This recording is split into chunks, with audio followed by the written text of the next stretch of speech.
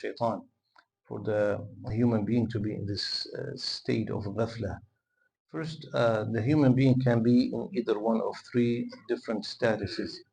Either awake, like hopefully most of us here today, um, fully awake, alert. Well, I know some people are not fully awake, but hopefully most of us are, inshallah. So when you are awake, you are alert to your surroundings. If somebody throws something at you, you try to avoid it, you try to block it, you know what to do. So this is the first status. Inshallah, this is the status of the mu'min. He knows what's happening around him. This is awake. The second one, sleep. Somebody who's completely sleeping. This person, of course, is not alert to anything. If somebody throws something at him, he'll get hit, but he will wake up. And when he wakes up, he might learn not to be sleepy again, not to sleep again. So many people, they maybe have been away from Allah for a long time, and then they fall into a major sin, something big, and that wakes them up, and they become good people. We hear a lot of stories like this. That somebody, they say, if I did not do this major sin, probably I would not have. Of course, we're not telling anybody to do a major sin, but I'm saying these are wake-up calls from Allah, subhanahu wa ta'ala. Now, the third status, this is the one shaitan likes, ghafil, he's in between. He's not awake and he's not sleepy. He's not sleeping. He is dozing off. Before you fall asleep, this is ghafla. You're not fully awake, you're not fully asleep. So between being in between, this is the status that shaitan loves, because that person is not a good mu'min, he knows what's happening, and he's not so bad that a wake-up call will wake him up. He's in the middle. And those people, by the way, shaitan tries his best not to let them fall in major sins. You'll be surprised. Shaitan does not want them to fall in major sins, because falling in a major sin might be a wake-up call for them. He wants them to stay this way. Ghafil. You stay unaware about what's happening around you. Minor sins are okay. One major sin might wake him up, so he will try to not let him until he's sure that he's not going to wake up. So this is ghafilun, and Allah subhanahu wa ta'ala uses it in the Quran in many different places. And Allah warns us from being from the ghafilun, to be unaware and ghafil what's happening around us. And of course, another thing, when a person in this state of ghafla, when will he wake up fully? On the day of judgment, when things will be too late for him to do anything. Next ayah, إِنَّ جَعَلْنَا فِي أَعْنَاقِهِمْ أَغْلَالًا فَهِيَ إِلَى الْأَذْقَانِ فَهُمْ مُقْمَحُونَ. Indeed, we have placed on their necks chains, tied their chins, or their chest to their chins. فَهُمْ مُقْمَحُونَ. The best example to explain this, may Allah save us, if somebody got in a car accident, the first thing the medics do, they put that piece on their neck, right? You know what I'm talking about. Yeah. That big piece when a person cannot move his head much. And the reason why they do this, because they do not know, they do x-rays and stuff after that, and this is a medical thing, but it's important to explain. They do not know if there is any bone injury. If there is a bone injury and a person moves his neck the wrong way, God forbid, that bone can compress the spinal cord, and the spinal cord, God forbid, if this is a very sensitive material. So they would rather do it the safe way, and they put this around their neck. But when the person is wearing this, it's very uncomfortable. Like we said, may Allah protect us, inshallah, we don't need that. Why is it uncomfortable? Because the person who's wearing this cannot look down, right? And cannot look up either. Cannot look up or down. And this is what muqmahun is. Allah subhanahu wa ta'ala is saying this pride around their necks have become like this piece. They cannot look up, so don't get humility from knowing Allah subhanahu wa ta'ala. And we explained before, if somebody asks us, where is Allah? The right answer is, He is on His throne. Ar-Rahmanu ala al-arsh istawa. Giving the answer He is everywhere is not the right answer. Because Allah's knowledge is everywhere, but if we ask, somebody asks, where is Allah? Allah fi sama, just like Fil Jariyah said, when she was asked, where is Allah? She pointed towards the sky. Of course, when we talk about Allah's description, it is not like anything like us, obviously. So this person who's wearing this piece cannot look up. So he cannot feel the humility by remembering his creator. and he cannot look down.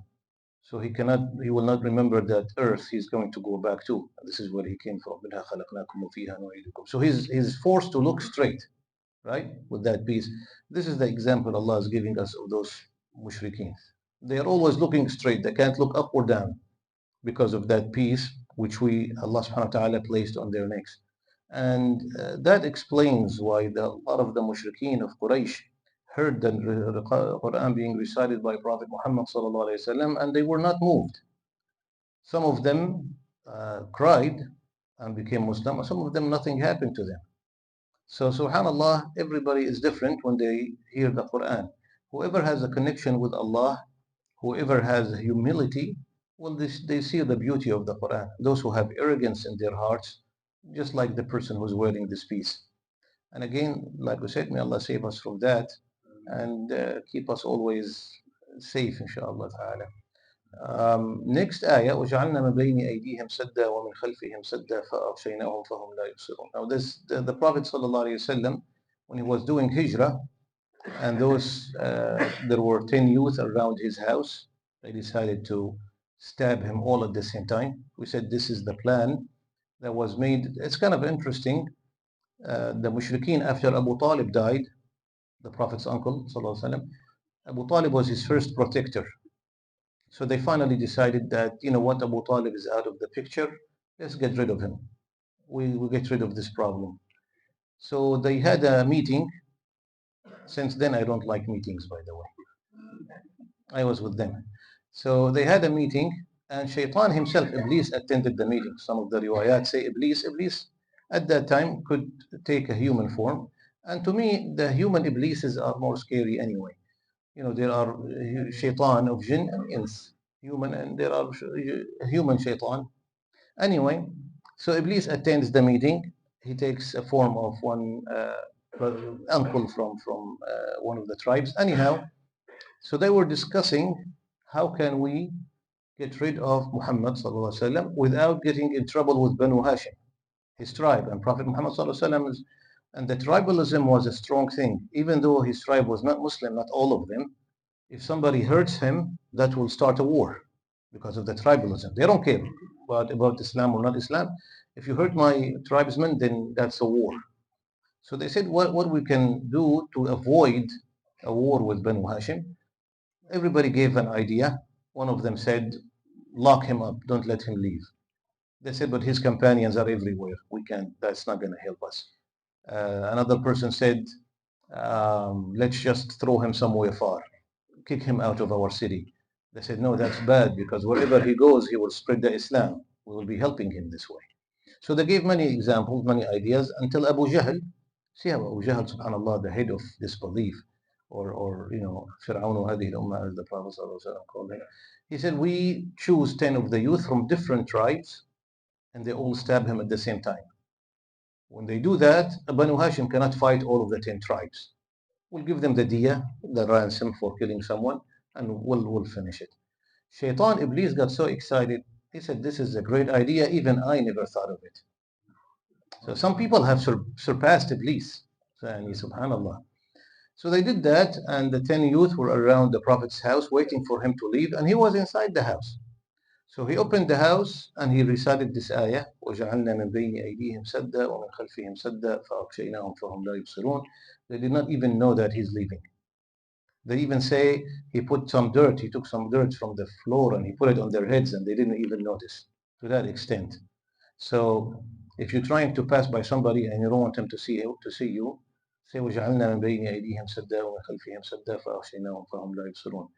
Like if you're in trouble with somebody and you don't want him to see you, just say that dua and pass by him and hope for the best.